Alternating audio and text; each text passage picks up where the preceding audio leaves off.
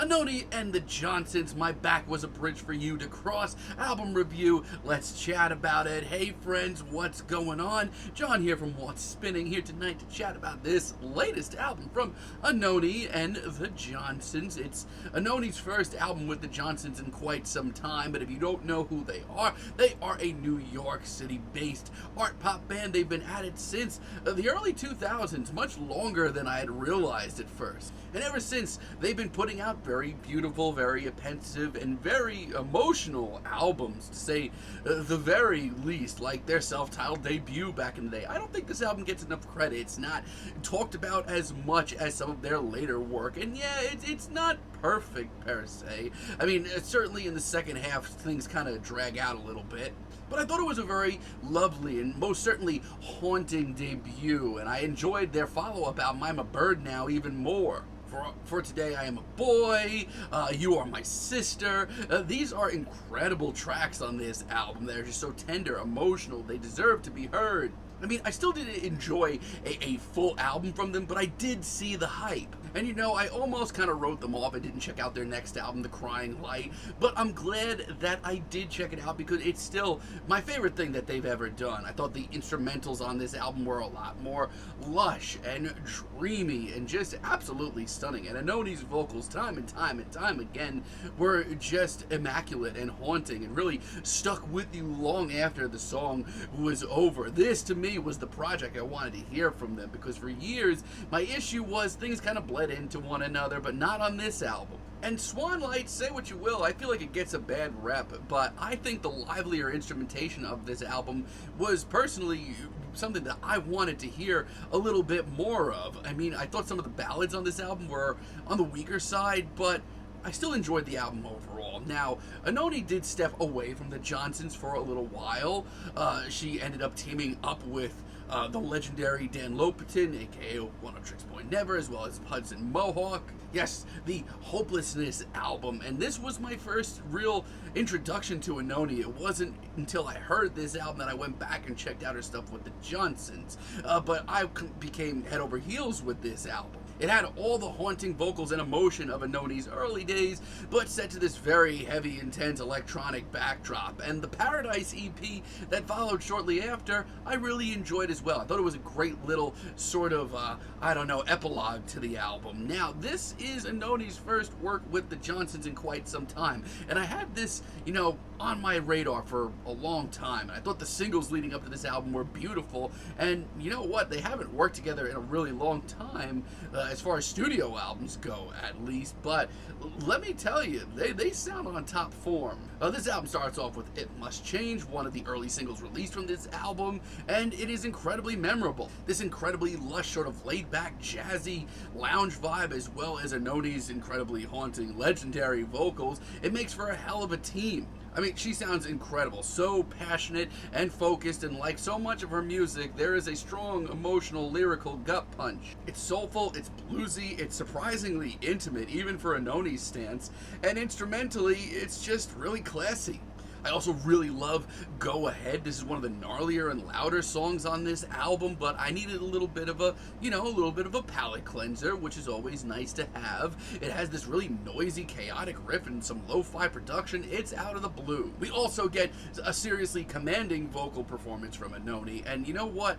Like I was saying in my intro, in the early years, some of their albums would get a little stagnant to me. I need a track like this to sort of shake things up a little. It's short, it's sweet, and it acts as a stark contrast to the rest of this album. It's great. Sliver of Ice, I mean, it doesn't get much better than this. I mean, it does take its time to get rolling. A lot of the tracks on this album demand a little patience. They take their time getting rolling. And this is once again another very quiet, very pensive chamber pop instrumental, along with Anohni's very memorable vocals. I mean, it's not the most bombastic track here, but everybody sounds on top form, and I'm just glad that nobody here has missed a step. I mean, what a beautiful sentiment this track is. The passion alone here, my God. And personally, I think Can't should have been a single. This track has these laid back, sunny vibes that are just enough to sort of break the monotony once again. I mean, this is a very monochromatic album, but this is one of the more colorful tracks here. It's not that hard, guys. It's not that hard.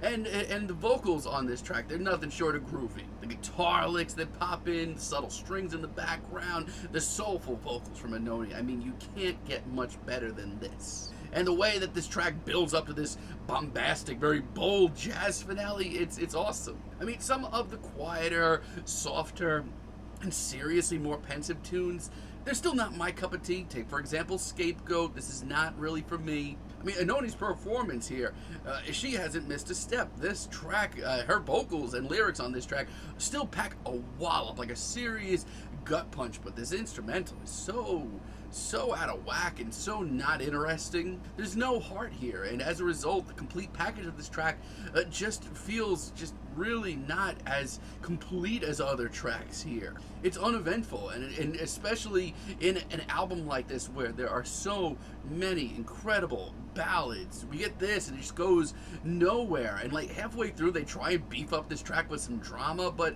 it just doesn't really go anywhere. And there wasn't enough late in the album. I think this is the worst track here, sadly.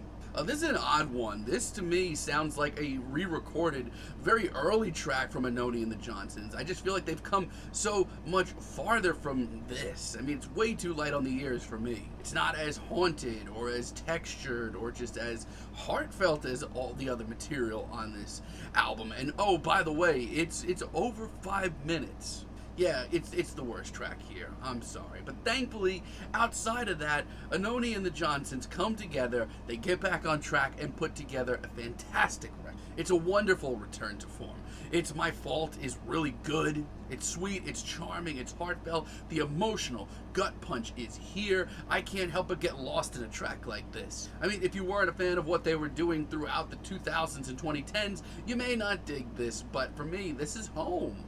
It warms my heart and it makes me tear up a little. Rest is really great too. This is one of the most dreamy and surreal tracks on this album. I mean, in a album where every track almost has this incredible patience to it and just lets these emotions build, this track stands out as something special. It is so layered and so gorgeously textured, and Anohni's vocals on this track, by far her best of the album. They are awesome. And for somebody like me who likes an album like this to have a couple of left hooks thrown in, boy am I happy here. The bluesy breakdowns, the noisy guitars, the twinkling pianos, just like this is so nice. And the final minute and a half is absolutely breathtaking. Why Am I Alive Now is so beautiful. I mean, there is a simplicity to this album that is just remarkable. This is just some strummed guitars, some very quiet, patient drums, some very subtle pianos, and Anohni, and that's it. And the result is gorgeous and just exploding with emotion. It's beautiful. The amount of drama here, the elegance. I don't mind that this track goes well over 6 minutes. I wish there were 6 more minutes because it's that easy to listen to. For me, this is track of the album and just a fantastic single. And You Be Free, this album's finale, I mean, this album has been nothing short of very intimate and sweet and serene. And somehow, this is the most intimate moment here. It's quiet, it's tender, it's emotional, it's intimate, it's so good. It takes up so many themes of this album, wraps it up with a nice little bow, and does a really great job of interpolating this album's title as well. It's a short, sweet finale that does exactly what you need it to do. I mean, I don't have a lot of complaints on this album. I mean, coming up to this, I was, very interested to hear what Anohni and the Johnsons would be doing together after not working together in the studio for so long. The answer is, they haven't missed a step. As a matter of fact, they just kind of pick up where they left off and make an incredibly beautiful, intimate chamber pop and art pop record with some unbelievable vocal performances. Yeah, this thing is fantastic. I'm feeling a very decent 8 on this album, but let me know what you all think down below. If you like the video, be sure to give us a like, give us a subscribe, and let me know down below what you would like for me to chat about in the future. And until next time, have a great day, friends.